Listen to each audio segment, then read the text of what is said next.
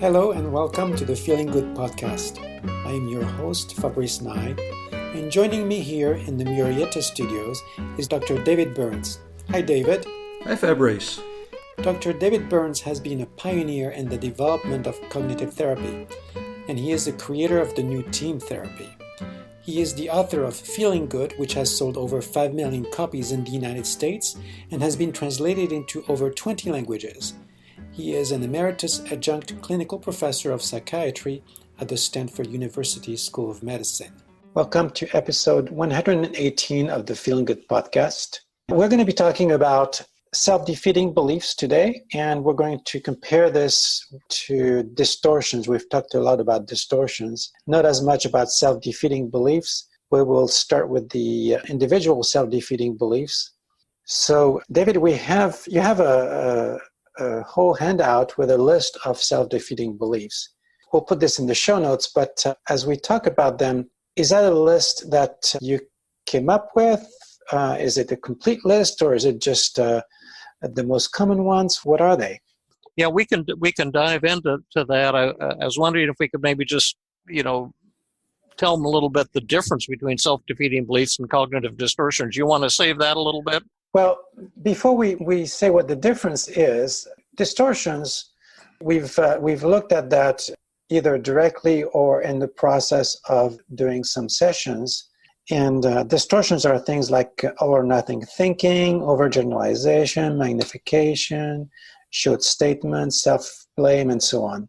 Those are distortions in a specific negative thought. It's because the thought is distorted that it leads us to have some distressful emotions.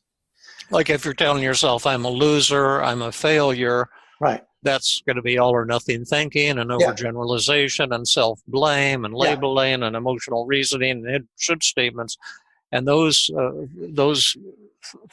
distortions will create feelings of anxiety, shame, guilt, depression, worthlessness, inferiority.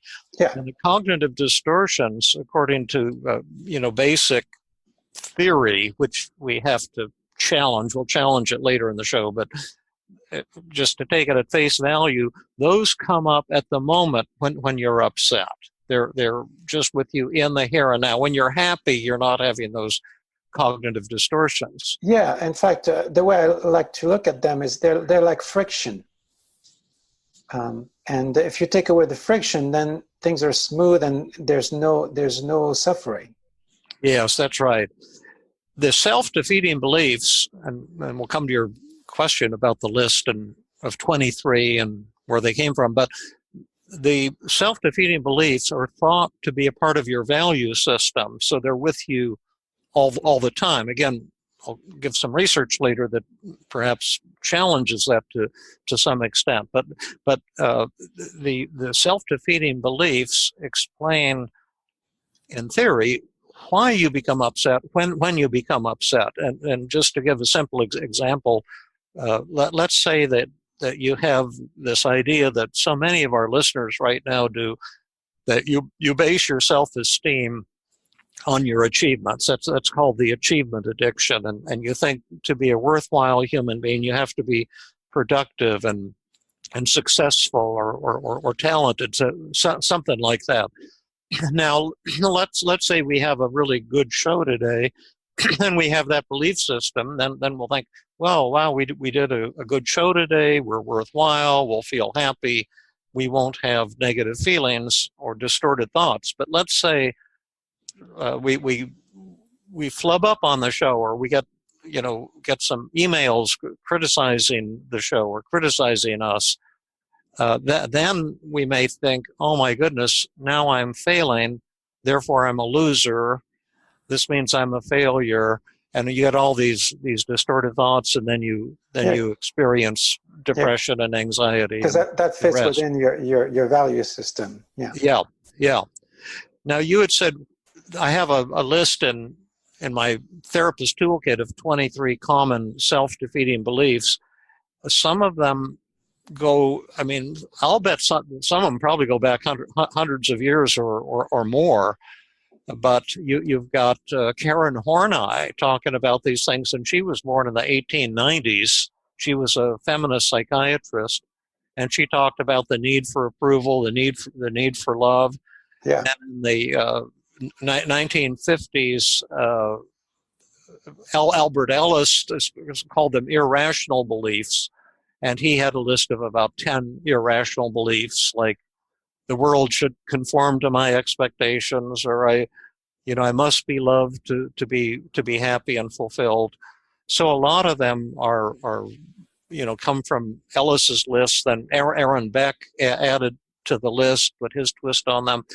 I've added some as well. I think they come from a lot of different places. Perfectionism, I mean, that's probably been around since the time of Buddha, thinking, you have to be perfect to be worthwhile, or you should always try to be perfect, or somehow if you're not perfect, you'll be worthless, or if you achieve perfection, some wonderful thing will happen. And then one that I created is called perceived perfectionism, the second one on my list of 23, and that's like, others won't love and accept me if I'm flawed, or if I cry, or if I'm vulnerable, or if you see me as weak, or screwing up in some ways. Yeah. And there's a lot of different categories of these self-defeating beliefs. Some of them I call self-esteem equations. Again, that wasn't my idea. That came from the early rational emotive therapists. In fact, I learned that idea from Sue Whalen, a clinical psychologist on the East Coast. But the self-esteem equation is, I need substance X to be worthwhile. So if I have achievement, or if I have love, if I have approval of a lot of people, then I'm a worthwhile human being. And so you've narrowed this down to 23. Isn't there kind of an infinite ways to have self-defeating beliefs? Yeah, the list of 23 is just they're real common ones, and give people an idea of the kind of thing that is the kind of common self-defeating beliefs that everyone can identify with. But there's a lot of them, and you can have your own individual self-defeating beliefs too. The list by no means is exhaustive or comprehensive. There are other categories of self-defeating beliefs. Okay, what are they? Well, like another one that we've talked about on this show are the interpersonal self-defeating beliefs. It's like, what do you think is going to happen in your relationships with other people, or what will happen in a loving relationship, for example? What role will you be playing? What role will what is the role that other people will be in? And what are the rules that connect these roles?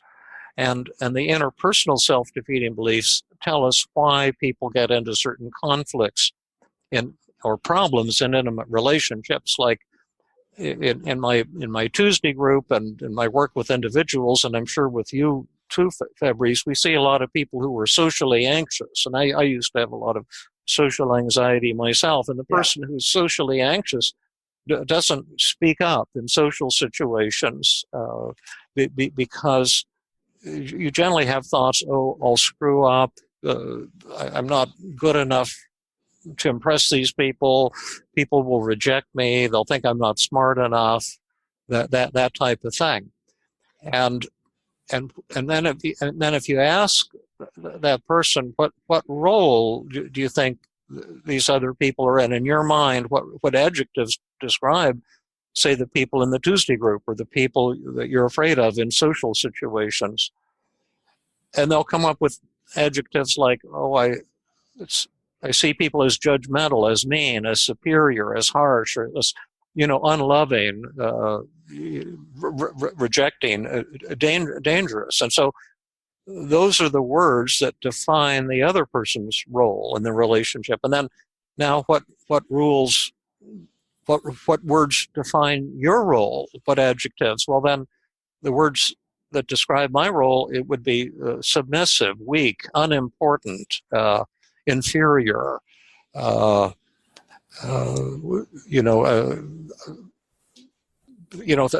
of that nature, submissive. And then the question is, what kind of rules do you have to follow to relate to these judgmental dangerous people, and there would be rules like, well, I have to hide my feelings. I can't be assertive. I have to please other people. If I'm angry, I have to hide my anger. If I'm vulnerable, I have to hide my vulnerabilities. I have to hide my mistakes. And then that's the pattern that the person sees themselves in. So when you're looking at, go ahead. Correct me if I'm wrong, but the rules and roles as you're describing them, that's what I think you call the interpersonal downward arrows, isn't that right? That's right. That's right. So how do the interpersonal self-defeating beliefs fit in there? Well, the interpersonal self-defeating belief has three components to it. It's unlike self-esteem equations. It's like equations about relationships, and there's three parts. Like what will other people be like when you try to get close to other people? What role will they be in? What will their characteristics be? What role will you be in? And then what will transpire in these relationships? So you could have beliefs such as I'm weak, you're strong, and when we interact, you're going to be the winner. Things like that. Yeah, that would be another really neat one. And one of the things about these interpersonal self-defeating beliefs is they function as self-fulfilling prophecies. You're actually creating this interaction with other people that's so painful for you, but you don't realize it. You think it's happening to you. And to give a good example of that, most people listening to the show right now know somebody who complains and whines a lot. And I've known some, I'm sure you have also. And we all fall into that role from time to time. But there are people that their whole way of being in the world is to whine and complain. And they feel like people don't appreciate them, people don't treat them well. They're hypercritical of other people, and they see other people as not a source of pleasure, but a source of pain, a source of annoyance. Yeah. Now, then I've often said to workshop audiences, how many of you know somebody like that? And all the hands go up. And then I say, how do you feel about that person? And they say, we don't like that person. We want to get rid of them. We want to reject them. Well, that's the complaint of the person who's a complainer. Everybody wants to reject them. Everyone pushes them away. No one treats them with love or warmth.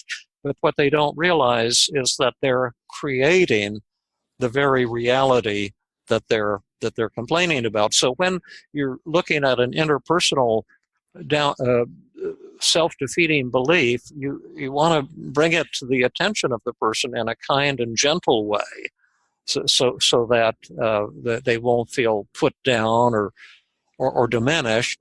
And then you want to give them tools to change that system so they can experience more love and joy in relationships with other people.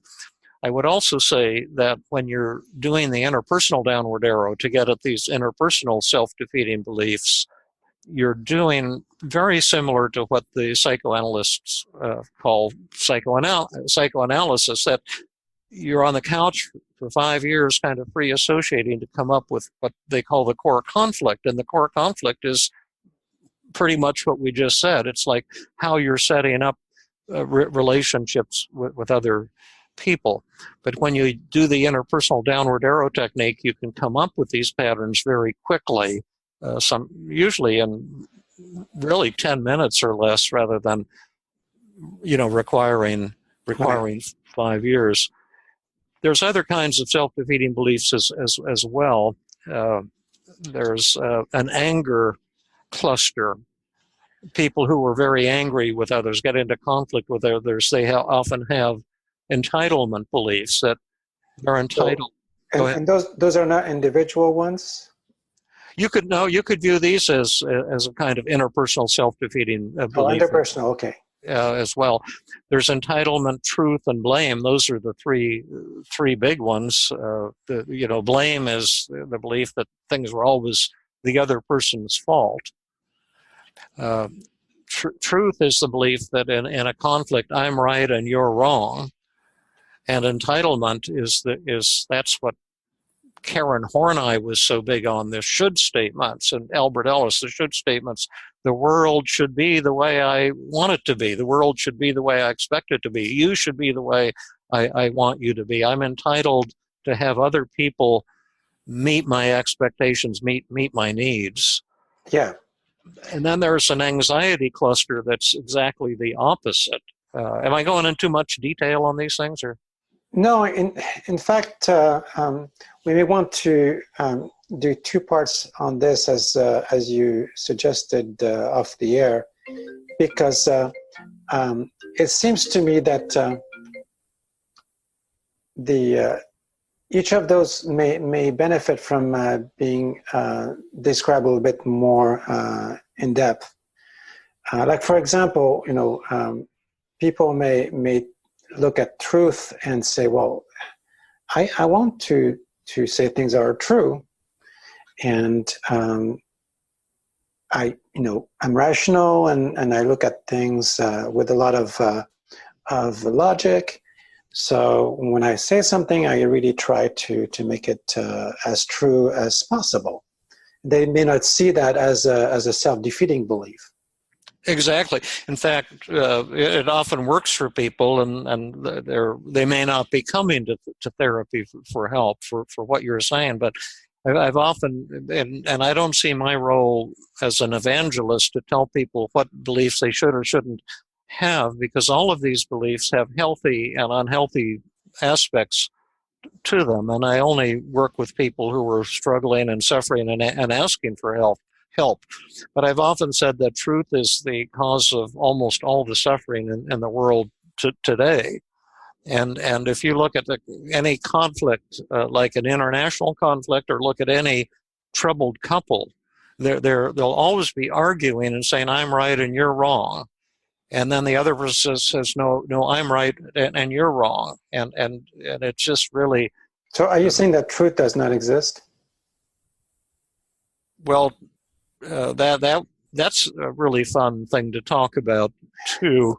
I would say that in any conflict, like, say, if somebody criticizes me, my own point of view is that there's a lot of truth in the criticism, and there's usually some distortion in the criticism. And if you defend yourself and argue and point out the distortion in the criticism, the conflict will escalate. Yeah. People are addicted to truth, and a lot of violence and even murder and even torture is done in the name of I'm right and you're wrong, and mm-hmm. and you better admit it. But it's tough. The anger conflict cluster is tough to work with, because unlike depression, where you're thinking I'm no good, I'm a loser, I'm a failure, well, that hurts a lot, and people are generally pretty strongly motivated to overcome that, to get back to joy and self-esteem. But when someone's into truth and blame and entitlement, they feel kind of powerful and morally superior. That's right. Yeah. It's rewarding, and often, I would say even most of the time, they're not in our offices asking for help. Yeah, they're not really, candidates for therapy. Right, and unless they're hurting. Occasionally they're hurting, and then you can work with them. Well, I see people like that who have relationship problems. Absolutely, it's the main cause of relationship problems. Absolutely. Yeah, that's a good point. So when you have someone in your office with a relationship problem or a troubled couple, that this is the system you'll be encountering 80% of the time. Yeah. Now, the anxiety cluster, these are some self-defeating beliefs that I kind of made up and named, and it just has to do with the fact that most people who are anxious are prone to excessive niceness. And they think they've always got to be pleasing other people, and that they think there are certain feelings they're not allowed to have. Like often someone who's anxious will be upset about something they're not bringing to conscious awareness. because they're too nice. They think they're not supposed to be angry, or they're not supposed to feel the way they do. And so, niceness is a self-defeating belief. The idea I should always be nice to people. Conflict phobia is, conflict is terrible and should always be avoided. And if I'm in conflict with someone, it means we don't love each other. And then anger phobia, anger is dangerous and I should always avoid anger. And then another one I coined is emotophobia, which is just the fear of all emotions, or the fear of certain kinds of emotions. Like, I've treated a number of men who had anxiety disorders like OCD or hypochondriasis, who were actually just feeling very lonely, but didn't want to tell their wives or girlfriends because they thought, oh, a man shouldn't feel lonely. So they sweep it under the rug. Gosh, I'm not supposed to feel that way. And then it comes out indirectly as anxiety, some form of anxiety. It's interesting you're mentioning this, because this cluster goes along with something you and I have talked about, which is how can you say no to somebody? Exactly. Often somebody that you're close to, and we'll have to do an episode on that. Absolutely. It's huge. And then a couple other in that cluster, just submissiveness. I should always please others, even at the expense of my own feelings and needs.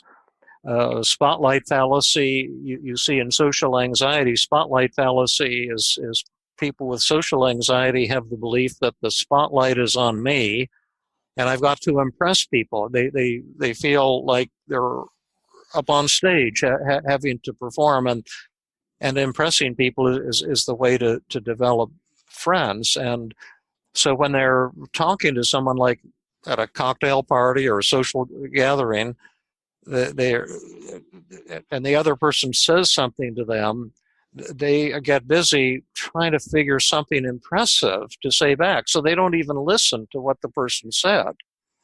And then when they respond, they try to say something to impress the other person, which turns the other person off, because people are interested in themselves more than in others. The social butterflies don't go around trying to impress people. They go around letting people know what's great about the other person. They express an interest in the other person. They compliment the other person. But shy people don't know this. And then the brush fire fallacy is what makes disapproval so intensely dangerous.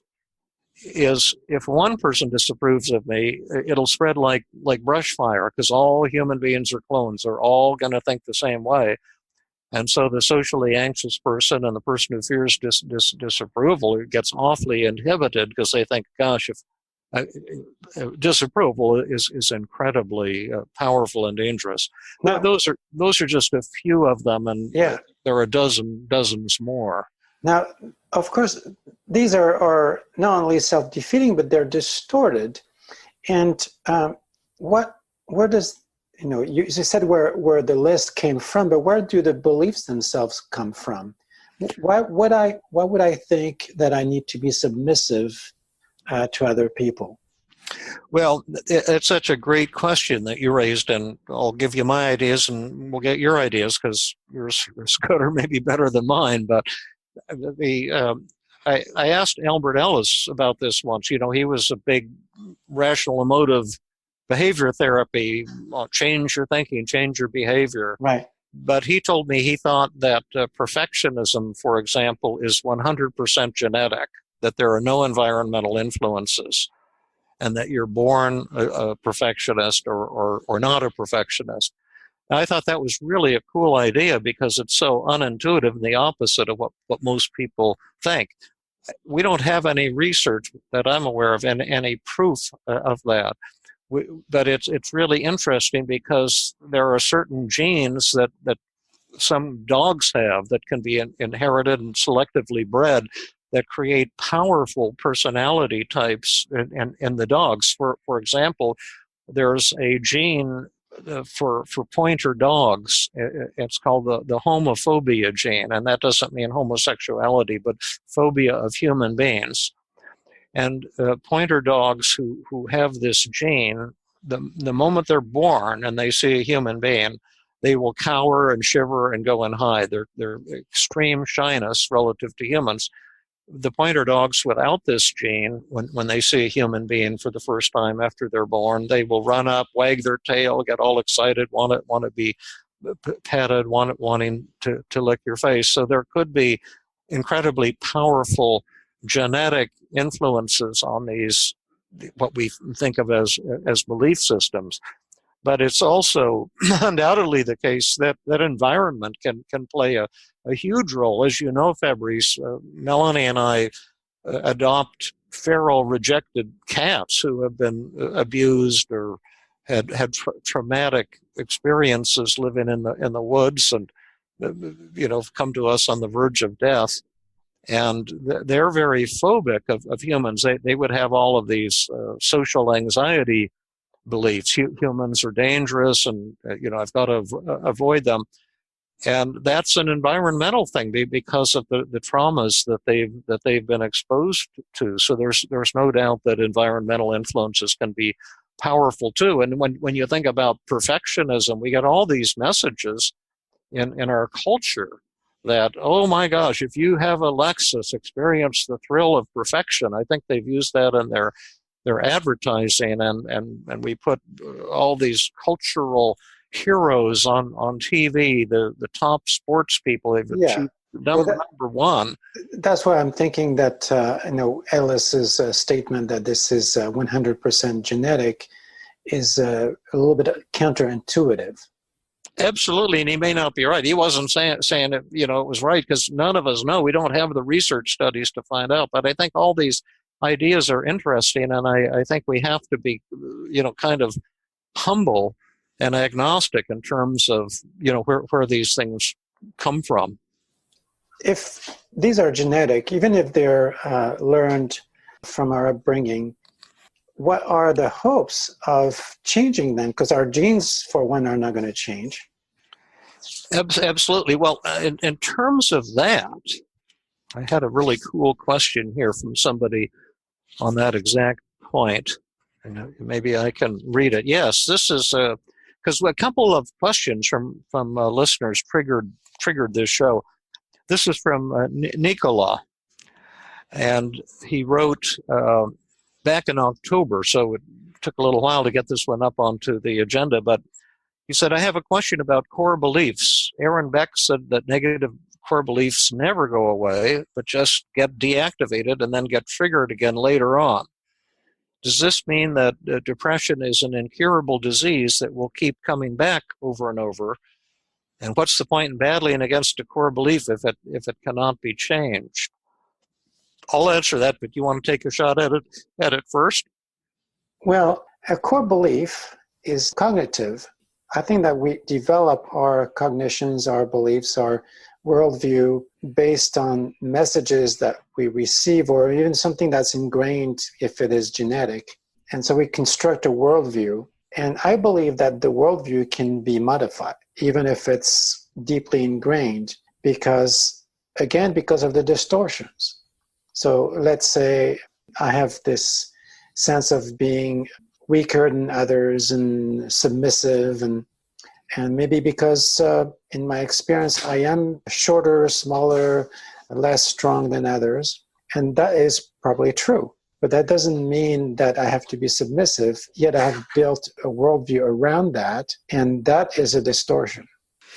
I'm totally on the same page. I have no doubt that these self-defeating beliefs can be changed, and I don't believe that depression is at all incurable. I see people recovering from depression every single time I work with people, almost on a daily basis, to be honest. But the Buddha had this idea too, and Albert Ellis had the same idea, that it's impossible to achieve perfect mental health or to be happy all the time. And during periods of vulnerability, the self-defeating beliefs will, tend to get more activated and create a lot more anxiety for us again. But we can talk perhaps in our next podcast about specific steps that people can take to change self-defeating beliefs. I know that one of my own, where I don't know where it came from, you can say upbringing, you can say it was genetic, was, perceived perfectionism. And I sometimes feel that to really love or accept me, I have to impress people with my achievements or some such thing. But I've learned over and over in my life that when I allow myself to be vulnerable, it's generally not the case that I get rejected, that I get much more love and acceptance. And so now in workshops, when I'll often just describe a patient and tears will come to my eyes, and I show that vulnerability, and then or in the Tuesday group, or in doing therapy, I'll disclose something as well. And I've found that what happens is my relationships with people deepen and become far more joyous and free. But I think that life is an ongoing project of learning. And I think, as the Buddha said, we drift in and out of enlightenment all the time. I think this is a key point, because we have tendencies in us. We can certainly see how those tendencies are misguided, distorted, self-defeating. That's kind of like a moment of enlightenment. But then we tend to forget. Maybe I have tendencies to drink too much, and I wake up with a hangover and I realize, this is not a good way to live. And then after being, a good boy for a while, I tend to forget and go back into my old behavior. So it is required to keep reinforcing the message and to counteract the intrinsic tendency inside of me. That sounds great. And maybe in our next show on this, part 2, we can talk about changing self-defeating beliefs, because we also got a great email from Rajesh on this topic and said, essentially, number 1, is it possible to change a self-defeating belief? Number 2, does the mere knowledge of a self-defeating belief change it? Number 3, how long does it take to change a self-defeating belief? And number 4, how do you change a self-defeating belief? And why don't we focus on those cool questions in part 2? Yes, that sounds like a perfect agenda for our next episode. So we'll put that at the top of our next show. And we'll leave it here for now. Thank you, David. Thank you, Fabrice. This has been another episode of the Feeling Good podcast. For more information, visit Dr. Burns' website at feelinggood.com, where you will find the show notes for this podcast under the blog page, and where you can leave your comments and questions. The website has an abundance of resources for therapists as well as non-therapists, including books, workshops, a list of online training groups around the world, and much more. Theme music is Gypsy Jazz in Paris, 1935, composed and performed by Brett Van Donsel.